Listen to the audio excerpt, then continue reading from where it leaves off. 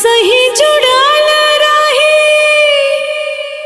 हाथवा से हाथ हो।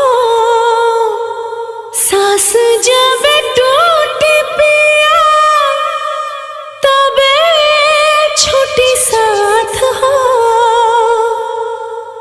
तबे छूटी साथ हो।